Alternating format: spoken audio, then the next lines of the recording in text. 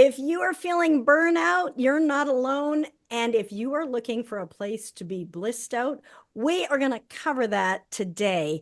We are here with the amazing Anna Campbell from Kenya. She's going to share her incredible story, but she has this amazing sanctuary, and it's another way of doing health coaching, I will say. And also, if you are a health coach and you dream of having retreats with your clients, well, this just might be what the doctor ordered. So I'm here. Welcome, Anna. Thank you, Dr. Shaunna. It's honestly it's such a pleasure to be here. Yeah, I can't wait to dig in.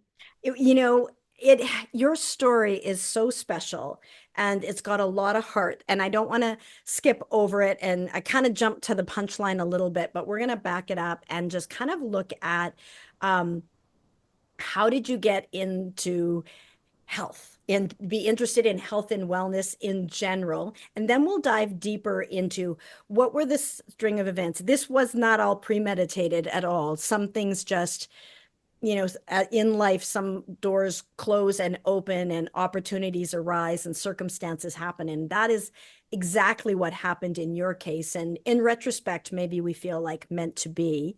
But tell us a little bit about your background, and what had led you to be interested in health and wellness.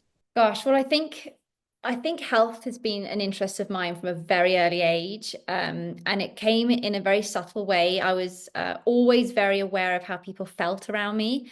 And even sat in a room, I remember being sat in sort of the dentist waiting room with my mum, and I really could feel people who were anxious or scared or angry, and it was very contagious for me. Like I really took on that feel, and then I wasn't really settled until I tried to sort of help that person in some way, and then obviously as I grew and evolved, that became more heightened. But also I became aware of what that was, which was I was just a very extreme empath. And so I really credit that wiring, that innate wiring in me for why I feel I want, but also need to really help people because I'm Mhm. kind of I'm in my good space when I know that I'm helping people. It's as rewarding for me as, me helping other people to them. So I think it began very, very early on. And I was 10. So grew up in Kenya. I was born and raised here. And when you're at school and you're asked, what do you want to be when you grow up? And you say, I want to help make people feel better, Mhm. you kind of start going into the factory line for medicine. It's like, okay, Mhm. vet, teacher, doctor. Yeah. And so doctor it was. And so from the age of 10, that was kind of everyone was like, well, that's the obvious place for Anna. And I was in Kenya, and at the time there weren't a huge amount of opportunities for very like academic and also sport. I was also a very competitive athlete. There wasn't like a ladder to climb. And Mhm. I could see that at that age. And I remember, I really distinctly remember talking to my mum about these aspirations I had and this sort of urgency to find like the best place to make sure I get it right and I can do what I want to do. And I used to run her a bath at the end of work every night from a very young age, and then sit on this small weighing scale in the corner of the room and rabbit on about all these aspirations. And bless her, like in hindsight, she probably just wanted that like 5 minutes peace. But I always felt so heard, and she was the biggest advocate for my high achieving spirit. And she helped me kind of I guess see where the doors were. So Mhm. we had to apply to a school in England. That was kind of our best bet. And it was very expensive because I'd have to fly back and forth and it would have to be a boarding school. So she showed me what I needed to do. She showed me the door Mhm. and I had to open it. So I had to apply for a scholarship in order to get to this magical boarding school. And I was lucky and honored to get this headmaster's award to Oakham, which is this fantastic school in England. And so off I went. And so that's really where the sort of more traditional health path began. And I began to do all the sciences, the biology, the chemistry, the physics. And after school, I also evolved, obviously, as a woman, and Mhm. I began to be very interested in different personality types. I learned about what an empath was. I mean, more actually in the last 4 years, but just being able to fine tune my fascination in the mind body connection, which I tapped into really young, but didn't quite know what it was. And so that became really heightened. I then applied to university in England to study neuroscience and got into a fantastic university. And so everything was tickety boo. And it was really my second year of neuroscience. And again, I was evolving and I had, all these extracurricular interests as well, that I realized I wasn't on the right path. But I Mhm. didn't talk to anyone about it because I was like, but this is it. This is like Mhm. to be a neurosurgeon and to be helping people on such a, great way. And this is what I've been wanting to do. But I couldn't shake this feeling. I wasn't in alignment. I'd met a lot more spiritual people and learned a bit more about alignment and what that was. And so it's funny how the universe works. It was sort of like, no, no, no, no, go left, go left. Yeah. So I did actually leave, which was very hard after many conversations with my tutor, and just took a hiatus from my medical um, sort of career and decided to sort of reapproach it. But I sort of fell into film and television almost by mistake. And because I'm sort of a high achiever, I just ran with that for a very long time, which was amazing. And I got to film these solo documentaries in Africa and build a lot of resilience and use my athleticism to sort of do this quite hardcore career. But all the time there was this itch, this health, this need to help people. And I did a lot of traveling with the film. I did this show called Last Woman Standing, which took me to these tribes all around the world. And I met these shaman who had these incredible ways of healing without any kind of pharmaceuticals. It was just so holistic and so effective. And also the general happiness and joy in these villages that were like untouched by Western world really impacted me. And I was actually part of this big competition, which was an athletic competition, and I experienced bullying for the first time, but on TV. So I didn't want to shed a tear because I knew that would be edited strangely, or so it was it was a difficult sort of mental health time for me, and I kind of went on that, which a lot of people do, that letting them win and losing confidence and I actually ended up winning the show. And I went through this incredible transformation on that journey that definitely is where I built my resilience with mindset. And I learned the power of the mind and tapped into a lot of that neuroscience, but not in a way that I'd been formally taught, but now in a way that I'm actively experiencing how impactful and how powerful the mind can be and what thoughts can do. And so when I came back from that show, I met my now husband, and he lives in Hawaii. So I moved to Hawaii, and there was this plethora of holistic people, from acupuncture, lots of yoga, amazing medical people, but in a different sphere that I'd experienced, not the Western way. And that again ignited this interest and this knowledge, that this almost prior knowledge that there's another way to help people, not just the cure, not just fix them when they come through the door, but Mhm. let's not have them need to walk through the door at all. And I didn't meet many people in that sphere until then. So I started to, there's another piece of the puzzle. And then I stumbled across IIN. And for so long, I was like, am I alone? Is this belief like, is no one else seeing this issue with the healthcare system? And I met my tribe and I met these other people who were doing the same thing, had the same, realization and wanted to be part of this real grassroots movement to better our healthcare system. So I basically enrolled and became this term called a health coach, which I'd never heard of before. So that's really how it came to me being a health coach today. I love that. What a phenomenal journey and life. And you can see the natural unfolding. And in Mm. retrospect, it's really interesting how one step leads to the other. But when you're starting out and from a child, you've got this aspirations for medicine. It makes the most sense. I understand what that's like, myself. And then to have the pivot. My pivot was later. You were a quicker learner. To come to that. And so you the journey the story gets deeper. The story gets deeper from here. So you're at IIN and um tell us a little bit about I know that as you're going through and you're helping, we help ourselves. You were able to help your husband. And so tell us a little bit about that. So now you're starting to help not just yourself, but helping others. And it always starts with our own inner circle. We're putting some of these tools to the test. Tell us a little bit about that. So my husband had, when I met him, really, really intense migraines, are quite chronic. And I remember like the first few weeks I was in Maui, we were in having MRIs, and the healthcare system's very different there to where I live, and it was incredibly expensive. And he was a professional athlete, he was a professional kite surfer. And so it wasn't easy, to have consistently be asked to have these MRIs while they sort of figured out why is he having these migraines. And then he was given a lot of medication. And so, it was early days for me with him, but again, I'm an empath and I wanted to help and I was interested and concerned.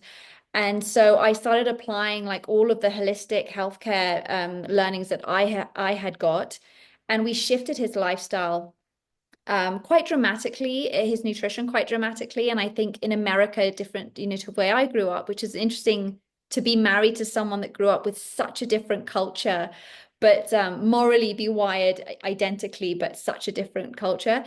There's a lot of processed food, right? There's a consumer culture over there, which I was new to. A lot of our food came from the ground. And so we basically eliminated his headaches within 2 months. He came off all his medications and he's never had a migraine since that time. And he's kept his lifestyle because they were very realistic changes, very sustainable. We were in it together. So, I mean, that was incredible. And he talks about it all the time now. He's such a beautiful human. And he's like also now my biggest advocate. But it's just life changing, and it just takes the right person to sort of find the trigger, look for the root cause, and Yes. then help guide you to change those things. Yeah, that's fantastic. And so who we're gonna I'm gonna jump around and connect the dots, because there's what you do now, which is multifaceted, really. And so we've got that early beginning. You've got some early success with your husband. You have this desire to help people be healthy from childhood. Um, and then now let's just jump ahead and then we'll fill in the blanks in retrospect. Who do you help now? Who are you primarily passionate about helping as a health coach? So my expertise is really helping burnt out, high achieving entrepreneurial women. And I teach them to eliminate fatigue, boost their immunity, and really gain a lot more energy so that they can keep their mental and physical health at an optimal level while they sort of hit all of their career goals. Yeah. Yeah. Okay. So now, so this is only part of the story. And one of the great things that I alluded to right at the top of the interview is this beautiful sanctuary that you have. And tell us a little bit about, and however you want to start this journey, and to whatever extent you want to share it, because it is tender, and tough, um, about how you came to have this sanctuary, and the role that played in the mission and the passion that you bring to the work that you do, and how very, very important it is for you. So tell us a little bit about that, and just jump in wherever you want, and let's fill in the blanks of how you've got to where this incredible, you know, having this incredible place that you have now, which people are like, how did she do that? So just kind of fill in a little bit of the blanks for people. Yeah, absolutely. So, Makima Manor, which is the nature sanctuary that we are now the guardians of, um, my mother found this property. It was sort of stripped bare for horticultural purposes, and there was a ruin on this land. And she was sent up to find out what had happened to this piece of land because it was an investor. Then an investment went wrong, and he wasn't in the country, so she went up as a favor and stumbled across this ruin. and fell in love. She was such a creative, and she was like, so, don't worry about the rest of it. What about this house? What about this incredible piece of architecture from the past? It's 100 years old. And she immediately fell in love and had a vision for it. And so she restored it back to its original glory. She found photographs and talked to people who knew of it when it was, a great place for entertaining back in the day. And she tried to keep as close to the original structure as possible. And so was born Makima Manor. And this house sort of helped maintain the 300 acres of wildlife, which is the homeland of numerous friendly wildlife, 235 species of bird, incredible medicinal plants, and now 100 acres of rewilded forest, which has taken us 25 years to rewild. And now you can walk under the canopy of these trees. So it is a special place for just Mother Nature to keep doing her thing. So I loved Makima Manor when I first went up with mum. We camped in the sitting room. I remember we had like nothing. It was freezing cold. We had like one saucepan. We call it a soufriere, and we were making tea in what is now the living room. And I just thought it was magical. So when I went to Hawaii, I was on a Skype call with my mum, and she was saying she would have to sell it. It wasn't holding its own. She had so many projects on the go, and it just wasn't we might have to let it go. And I knew that meant probably development, right? All these beautiful pieces of land people are cashing in, and they're being sold off in smaller acres. And so I asked Sean if he would fly back to Africa with me, which was big for him. He left Maui for the first time to live elsewhere. And we went and lived in the boathouse where the boats used to live on this lake at Makima Manor. And I said to mum, give me 6 months to try and turn this around and have it make money and hold her own again. And so that's really what brought my husband and I back to Africa. And we did it. We managed to get it into a good place, and it started to hold its own. And then we went on to help my mum with numerous other projects in Africa. In this time, I'd found IIN, and I was trying to now align myself with finally sort of going into the healthcare again, and how would that work? And so that was all happening at the same time. But then after working with my mum for about three years, we called ourselves the Three Musketeers, and we danced about all these beautiful projects in Kenya.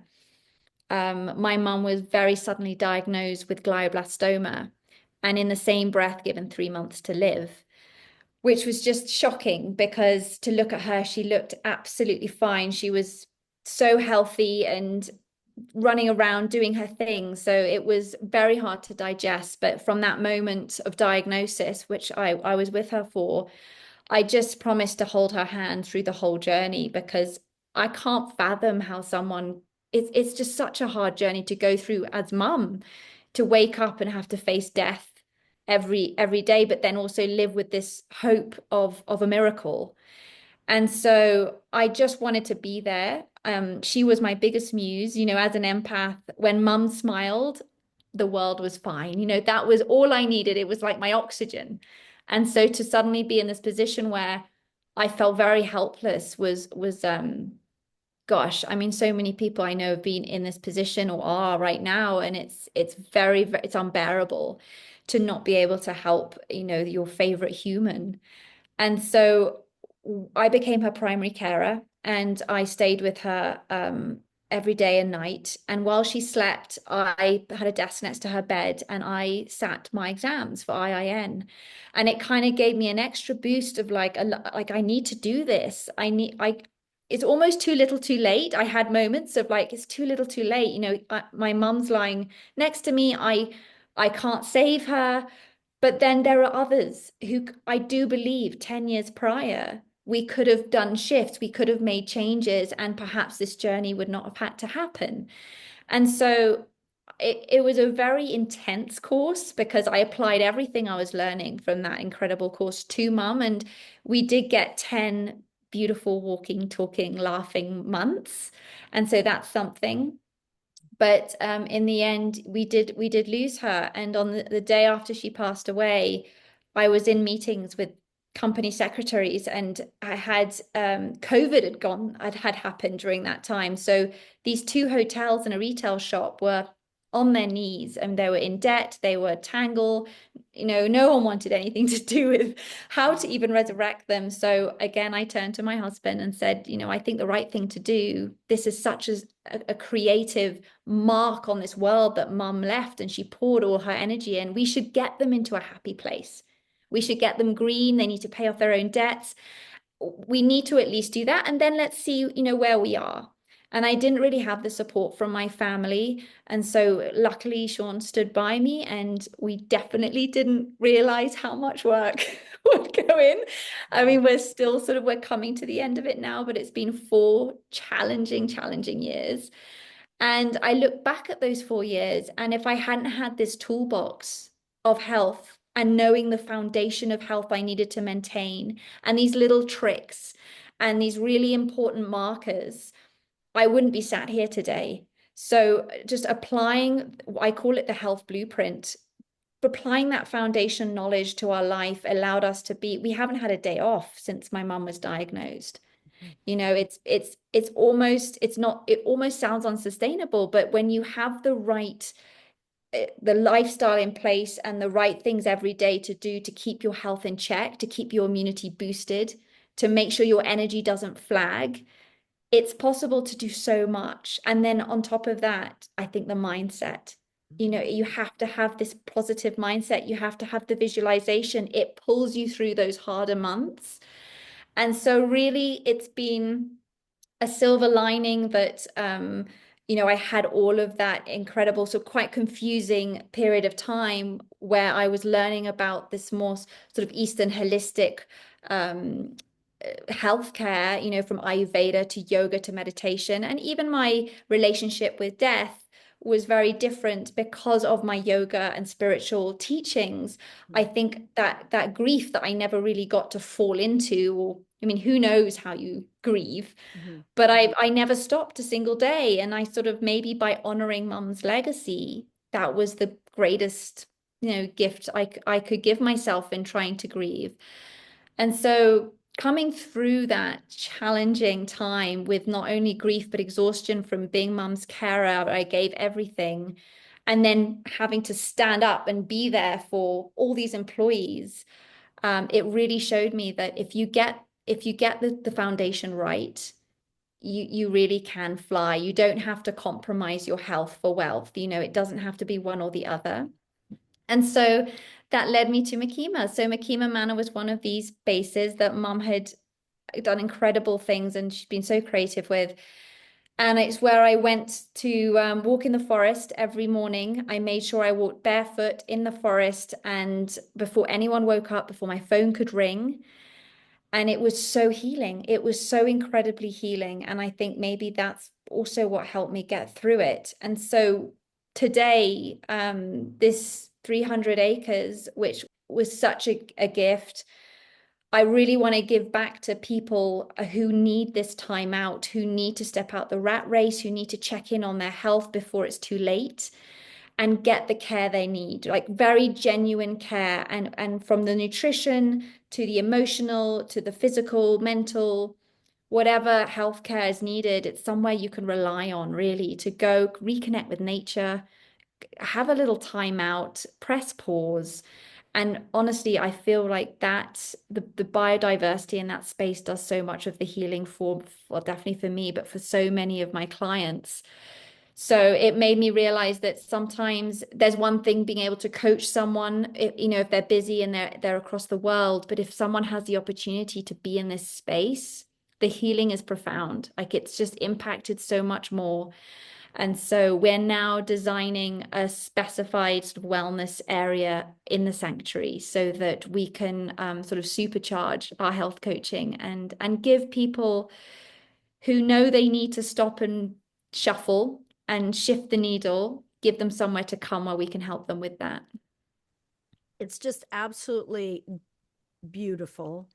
And obviously a testament, and I understand that. I'm no stranger to grief myself, and I understand that service, in service of the mission, is a really loving thing to do, and it is healing for you, and then for the people that you serve. We're all connected, we're all in this big thing together here. And so it's a phenomenal place. And I remember you're so passionate about helping, burnt out high achievers. And that was your mom. And we talked about that, and then that was you. That was you as well. And because it's hard not to, when you have all of this, like it or not, you didn't set out to run all of this. And it's huge. Like, it's huge. Like, this there was several properties, were there not?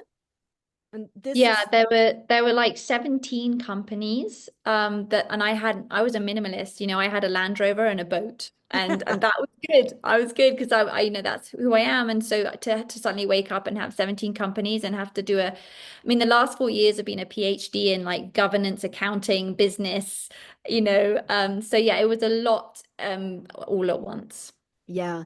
And so you've come a long way, since that original time. And it's now a place to blend the best of both worlds, all of that healing that you had been learning out about before you even knew the different modalities, the wellness modalities, the sustainability, all of that you had been learning about before you even knew that, where this was all going.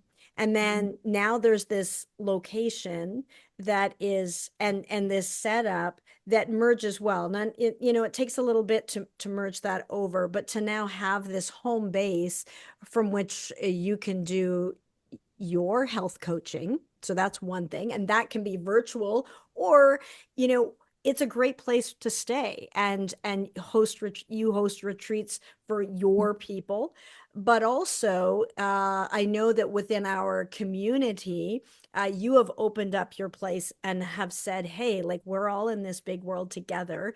If you're a health coach and you are, or anyone for that matter, and you are wanting to host a retreat, definitely uh, check this out. So if you would to say, how many does this accommodate? How many people does this accommodate?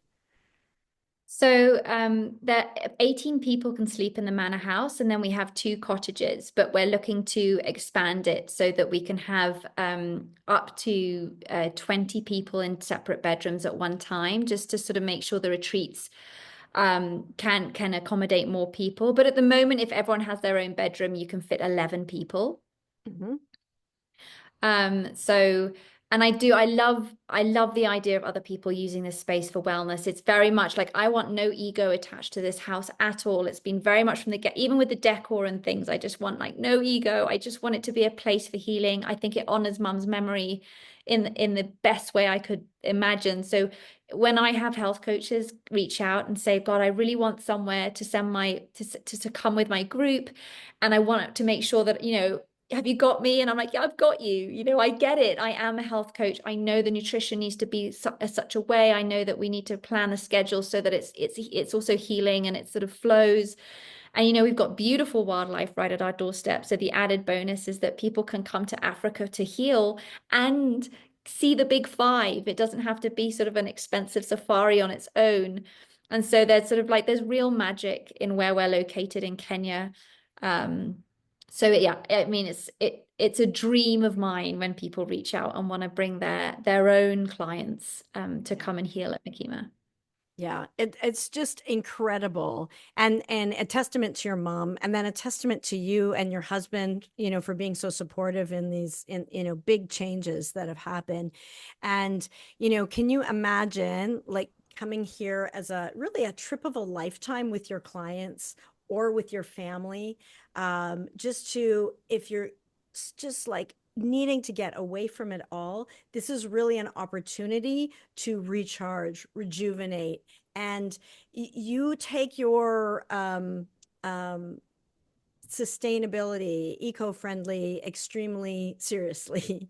Do you want to speak to that at all? Because and that's not been easy. Like, you've had to kind of fight for that, because usually people just want to come in and bulldoze everything down. And how important it was to your mom, and you're still standing guard, uh, there to just make sure that this is all preserved. And as people who want this wellness, as wellness practitioners, as healers, as people who care about our beautiful earth that we live on, as you attend, as you stay here and play here, that helps to keep it going too. So, but tell us a little bit about that aspect of it.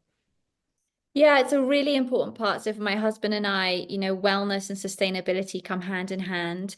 We won't be well without nature, and it is disappearing. On our watch, it really is. And so it was very important for us to be like, who do we want to be in this world? We don't want to cash out. We want to try and find ways to keep the value of the natural world there. And so we are completely solar powered. So everything, your lunch is powered by the sun. And everything we do, we try and not use anything toxic. So all the shampoos and conditioners and things are all non-toxic, no chemicals, organic. We have a beautiful farm that has organic food in the back and an organic orchard where all our fruit is.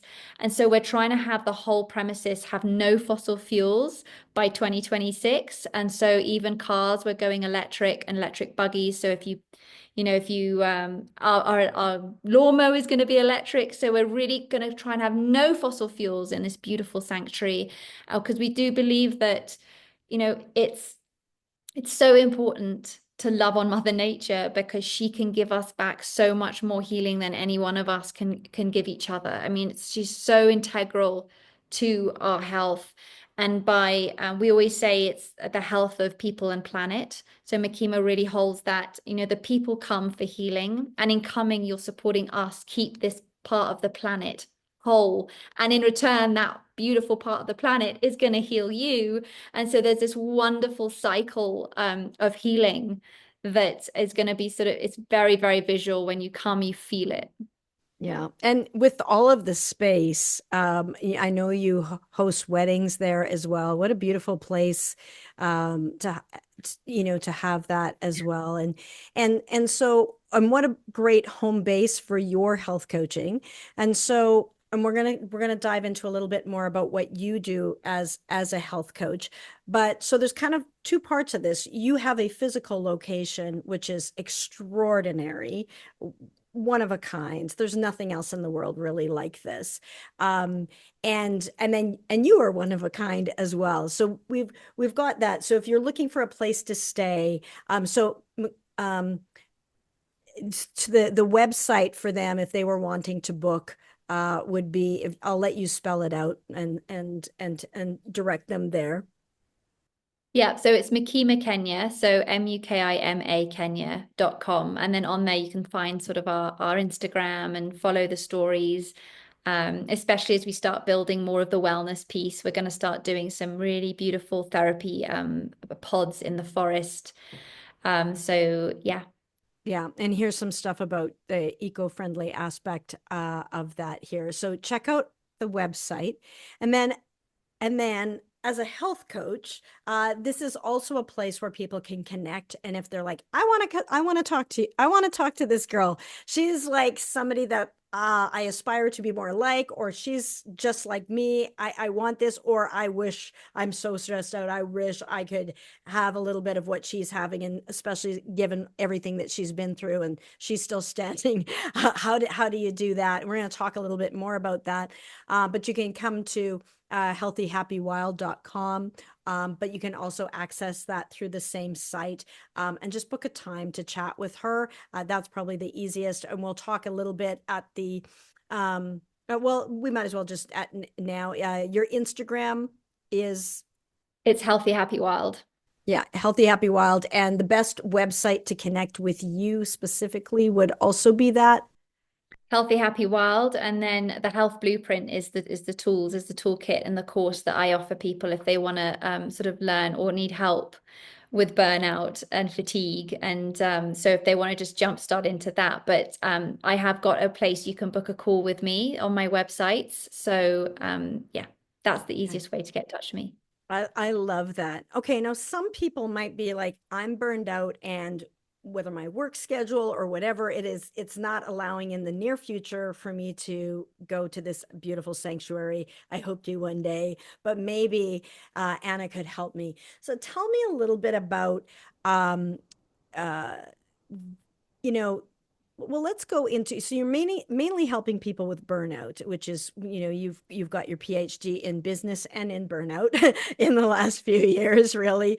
Uh, what are some things that you've learned from working with your clients? Let's kind of go there. What are some things that have been, because we have a home base of tools in our toolkit, but as we're working with people, we get better and better and better. So what are some things that, you've come to learn? I think a lot of people want quick fixes, Mhm. be it health, weight loss, or stress release, or sleeping. And so I think it's, really important for me. My biggest lesson was meeting people where they are and not just applying like one rule, like one diet to everybody. It's really listening to each client's individual story and then sort of customizing how best my learnings could fit their life. And I Mhm. think that's really key as a health coach. And what's lovely about what we are trained to do is to really listen to the individual situation and Mhm. then work around that, instead of just applying the plaster. So that's been really fascinating. I've had to become an expert at sort of navigating a lot of sort of cognitive psychology of my clients because they are very highly driven entrepreneurs with very little time for much else, which Mhm. is kind of was my perspective. Yeah. It was like I've got to do more. I'm this efficiency machine. I've got to be productive every day, otherwise I'll beat myself up. And it becomes this sort of vicious cycle, and you feel like it's rewarding because you're doing more, and that's the only thing that matters, and you've hit that mark every day. But we're not invincible, and it is going to catch up with you. And obviously, having witnessed, my mum, who was such a powerhouse, such a brave and incredible human. It was people were shocked that she wasn't well because she was unshakable. Like she was just Mhm. this invincible person. And we've just got to really wake up to the fact that, we aren't invincible. So I think trying to like tap into that psyche of my clients and in a sort of gentle way, and then making sure that they do give the time for their health. And it doesn't mean they have to drop their career or they have to Right. compromise their progress in any way. It just means there is a balance where they can be symbiotic. And actually, once this starts improving on the health side, the career starts getting better. And that's been very rewarding to watch a lot of my clients come in for a health reason or a health goal. And then the roll on effect is their career starts soaring, their marriage improves, their mood is amazing. So it's always got this wonderful, this gift that keeps on giving. I love that. I love that. I was going to ask you, what do you love best about being a health coach? But I kind of think you kind of just shared it. But anything else that you want to add to that?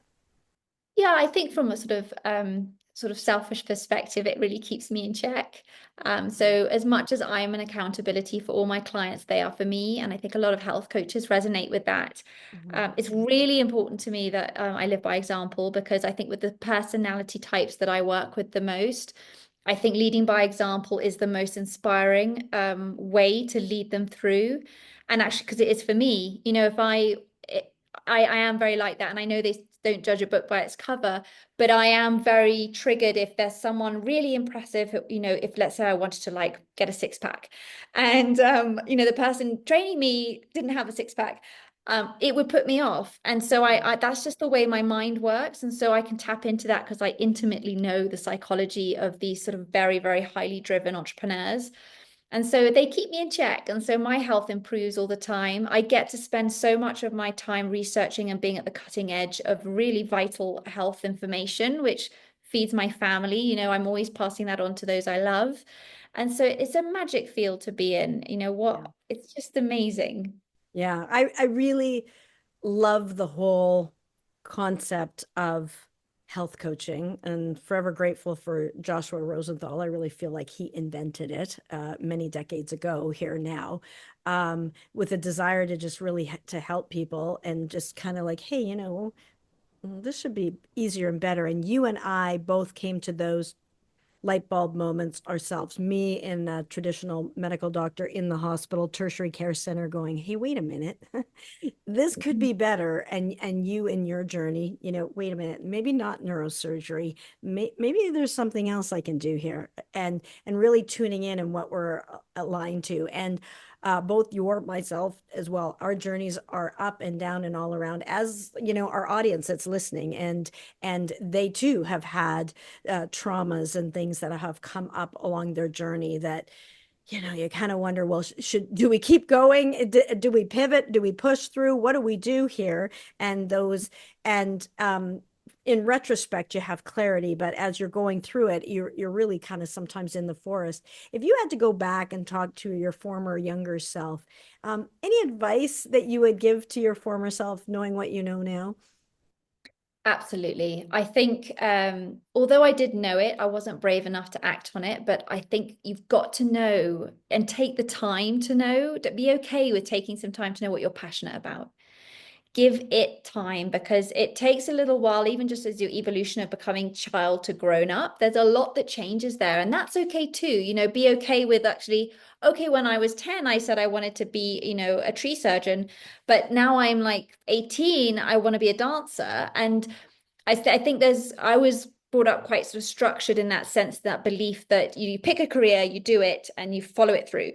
Mhm. And so I would say be really true to yourself, stick to what you're passionate about, because if you follow that, you can't go wrong. And in doing that, your health is going to be long and sustainable because there's not going to be these sort of stressed out, feeling out of alignment, unhappy, you know, emotional stress, mental, it all just sort of swims along. So I think that's a really crucial part, is just really honor what you're passionate about. Yeah, I absolutely agree with you. And, similarly growing up, I really was like, I'm not a quitter. Like I'm gonna win. Like eventually I'll be dog on a bone, even if I shouldn't be doing that job. Even if so that's why it took me 25 years later as a medical doctor to say, okay, I'm going to do this other thing because I should have quit 15 Mhm. years earlier, but I muscled it through because, well, I spent a lot of money on medical Mhm. school and all of those hours and years and um and to become a health coach, like nobody in their right mind is going to think that's a good idea to go from tertiary Yeah. medical doctor to a health coach. And so I think a lot of people have either outside expectations, parents, society, or inner expectations that they put on themselves that kind of locks them in. And one of the things that I teach as I'm helping health coaches carve out their what I call purpose driven niche so that they can do their soul satisfying work, right? That thing that lights you up, that purpose driven expert niche, that thing that lights you up, those things that you're really good at. And it's part of those life experiences that give you your unique blend. No one, you are one of a kind, and everybody I speak to is one of a kind. So you are the world's leading expert in being you. So then the way that you get your healing gifts out into the world, you Mhm. want to be your version of that, you be the world's best at your teeny tiny little niche. And that Mhm. is healing. As we say, as we help others, it Yeah. heals ourselves, and it's one way to alchemize pain into purpose. And so for health coaches, there's templates and there's things that, and we use those too, because you don't have to be an expert at tech, for example, to do your soul satisfying work. That, the tech, being an IT person might not be in your calling. So definitely leverage some of those things. But I have a story gold mining process just because of that, because when it comes from in here, and it's a Mhm. process to uncover that, but it's built on all of those circumstances that you had. And then that is what gives you your very unique practice, your very unique health coaching practice. When we follow the path, and it's coming together, even though it doesn't seem like it. Sometimes it Mhm. feels like it's falling apart when actually Mhm. it's falling into place. We're just chipping off this piece that doesn't fit. And that, whoa, that piece just fell off. Oh no. But then, oh yes, like, you know, I always say, I feel like Michelangelo, and then there's the statue of David, right? So I'm like, we're just going to chip off here and chip off here, but we really do it for ourselves because you know what you like. Um, so if you happen to be listening and you're like, man, I want my soul satisfying health coaching practice, there'll be a video in the description here, a training on how you can find your purpose driven expert niche. What does it take to have your soul satisfying career? I have books, free trainings. We'll definitely put those links in. I want to have more of you get in alignment with who you're meant to serve. And so, my absolute honor and pleasure. And there'll be another video coming up that points you in that direction too. We'll make sure that we link that together. One other thing that am always I'm not amazed at anymore. I just know that it happens because our we are all connected and our bodies are all connected. And I know that when you help somebody with one thing, burnout, that there's spin-off benefits. Other people, other things also improve. Any examples of that? I just love these stories of when you're working with somebody on one thing and Mm. as a result, something else gets better that you didn't even plan on. Any examples that you can share with us? Yeah, absolutely. I mean, I think, when I sort of dive deep into, how to eliminate stress and how to avoid burnout and come back from burnout, it's often a lot of very small but intricate details throughout your day that you need to be attentive to. And so one of those is, for example, what media are you consuming? And so a lot of those things will then affect everyone else in that household. Obviously, nutrition is one that's usually hit with most people. Looking at their nutrition is definitely a very important limb of health, and that usually involves the whole of the household. And sometimes beginning meditation, you suddenly see that someone in your household, be it your husband or your father or whatever, or your wife, or doing a meditation, and you're like, hey, I want a bit of that, and you sort of notice that there's a difference in their mood, and they're sort of a little bit calmer, and they sort of glow a little bit. And so there's this wonderful ripple effect with all the people who surround my clients. I would say all of them, from colleagues to husbands to children. It's definitely something I see. So it's nice because you help, you come in and heal one person, or you put them on the right track, and they are also doing it for everyone around them. So it just helps us spread this sort of wonderful grassroots foundation of health. Yeah, I love it. Yeah, I know as a mom, when if I just tell my kids what to do, it's not as it doesn't work as well as if I live it, they see it, Yes. they want that. And likewise, like we have more power with it. We got to start with ourselves first. And then if we're not watching that toxic stuff, if we're not eating that toxic food, then they, without even saying anything, then they also start to clean up things as well and improve as well, and then you can grow together rather than grow apart. And it's really yeah, it's really lots of phenomenal spin-off benefits. And of course at your retreat at your resort in Kenya, you know people often won't come by themselves. They'll bring their partner, they'll bring their family, they'll bring their clients, and really to have just a phenomenal experience. It has been an absolute pleasure chatting with you, Anna. How can people get in touch with you? Let's just make sure that they know how to reach you.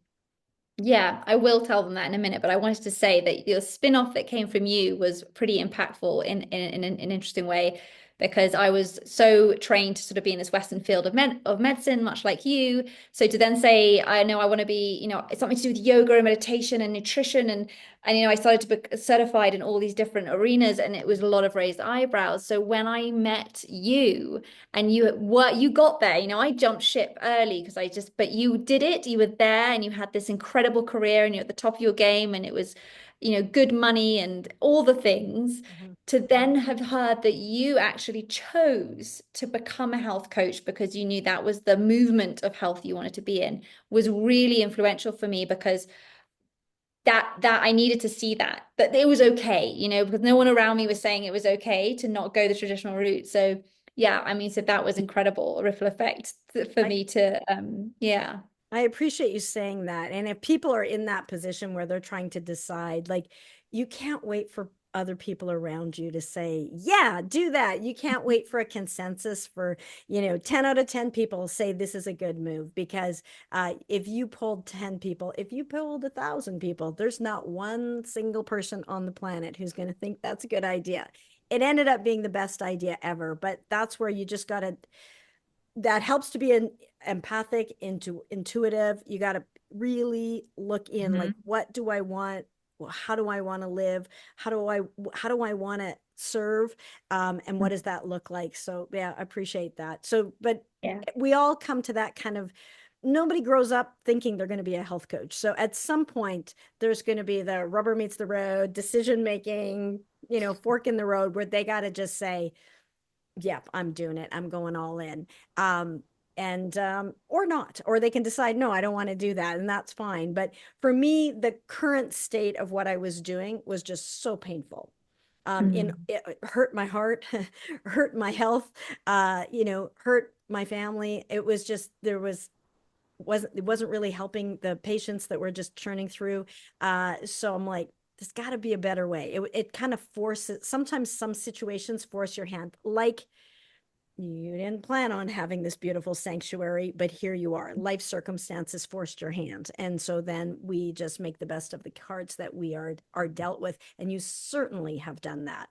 And now others can reap the rewards and enjoy the bliss of the hard work that you and definitely your mom and of course your husband as well have all and that whole team and amazing staff that you have there to do this. And so if people are like, I have to connect with this powerhouse woman, and who's a nature and a foodie and all of those wonderful things, I have to connect with her. What's the best way for them to do that? So Healthy Happy Wild, so they can go onto the website and then book an appointment. And then I do a free consultation with whoever needs to be heard, and I can work out if it's something I can help with. So yeah. I love it. And again, if you're a health coach, wellness practitioner, a doctor going, should I leave? Should I not? Check out the links below. There's always a way to connect with me, and we can help find your unique way of getting your healing gifts out in the world because you don't need to burn out. That's no longer necessary. It's an option, and that's why we do these videos and trainings just to let you know it's possible. So with that, thank you so much for tuning in. If you have questions, please put them down. We're having a new segment that's starting. It's a weekly Q&A, and I'm going to pull from your questions and answer them on an episode, our podcast episode at Six Figure Health Coach with myself. So definitely, if you're like, you're stumped on something, lay it on me. I'm happy to answer. So with that, thank you so much, Anna Campbell, and to all of you, have a phenomenal week and be good for you.